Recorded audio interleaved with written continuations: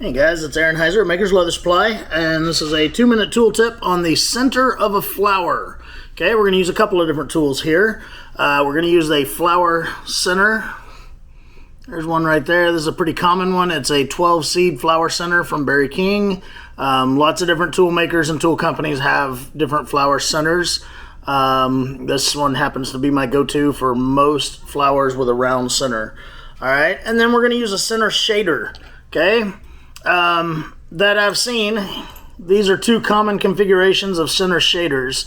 This one is my favorite one. It was made by Clay Miller, and I just like it because it's different than the most common one, which is this one right here. So anyway, I'm going to show you how those work. Here I have a flower that has already been swivel knifed out. Now generally, a lot of the time you would go ahead and do your flower center before you swivel knife a flower so that you know where your petal cuts should stop, all right? But I didn't do that today, so let me find my camera. There we go. All right, so I'm going to put my flower center right there in the middle. Give it some good wax. Now look at her. Look at it go, okay? So now I've got all my seeds and everything. Now what I need to do is, a flower is cone shaped. So I'm going to do what's called the center shader around that so that the flower looks like it comes down into a cone like it ought to, okay? So here's the center shader that I said I like the most. It's made by Clay Miller. And what I'm gonna do is I'm gonna put it right up against those seeds and give it a hit. And then I'm gonna rotate this a tiny bit more, give it a hit. Another hit.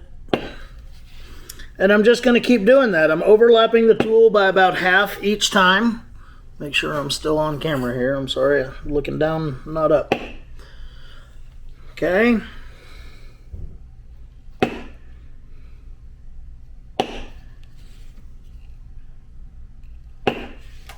Almost back to the beginning again.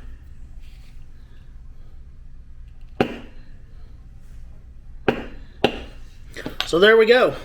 Now, that's why it's called a center shader. It shades down the center of the flower to where it's cone shaped.